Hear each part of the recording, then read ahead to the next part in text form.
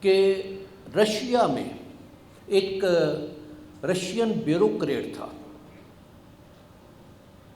اس پر KGB کو شک ہوا کہ یہ CIA کا ایجنٹ ہے۔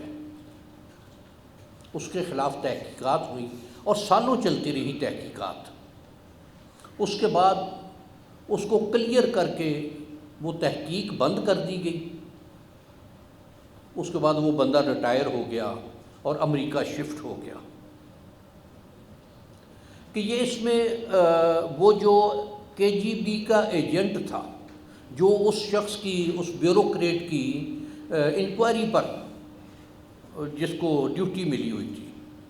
کہ وہ بھی ریٹائرمنٹ کے بعد امریکہ چلا گیا۔ ایک دن اس کو وہ مل گیا بیوروکریٹ، اس سے ہیلو ہائی کی اور اس نے اس وقت معذرت کی کہ میں نے تمہیں اتنے سال بہت تنگ کیا کہ ہمیں یہ اطلاع ملی تھی کہ تم CIA کے ایجنٹ ہو اور ان کے پے رول پر ہو، لیکن میں نے اتنے سال تمہارے خلاف انکوائری کرتا رہا، مجھے کوئی ایسی چیز نہیں ملی، تو میں نے جو تمہیں تنگ کیا میں اس کی معذرت چاہتا ہوں۔ تو اس جو رشین بیوروکریسی کا سابقہ ممبر تھا، اس نے کہا کہ نہیں، تمہاری اطلاع درست تھی، میں واقعی CIA کا ایجنٹ تھا، لیکن میرے کام کرنے کا یا مجھے جو ڈیوٹی دی گئی تھی وہ بالکل ایک اور طریقہ تھا۔ اس نے کہا وہ کیا؟ اس نے کہا کہ میرے ذمہ ڈیوٹی یہ تھی کہ میں نے کسی اہل شخص کو اس کی سیٹ پر نہیں لگانا، کہ فائنانس کی جاب ہے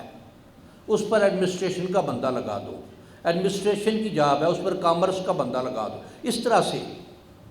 اس نے کہا کہ میں نے اپنی جب سے میرا یہ ہوا اس کے بعد سے میں نے یہی کام کیا،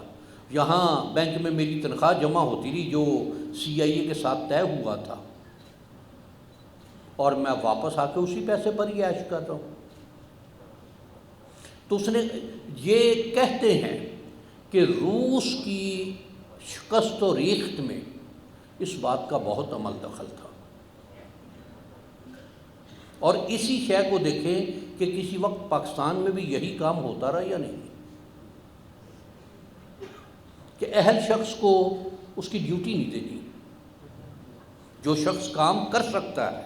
جس کی اس کے پاس تجربہ ہے یا تعلیم ہے یا مہارت ہے، وہ ڈیوٹی نہیں دینی، دوسری ڈیوٹی دے دینی۔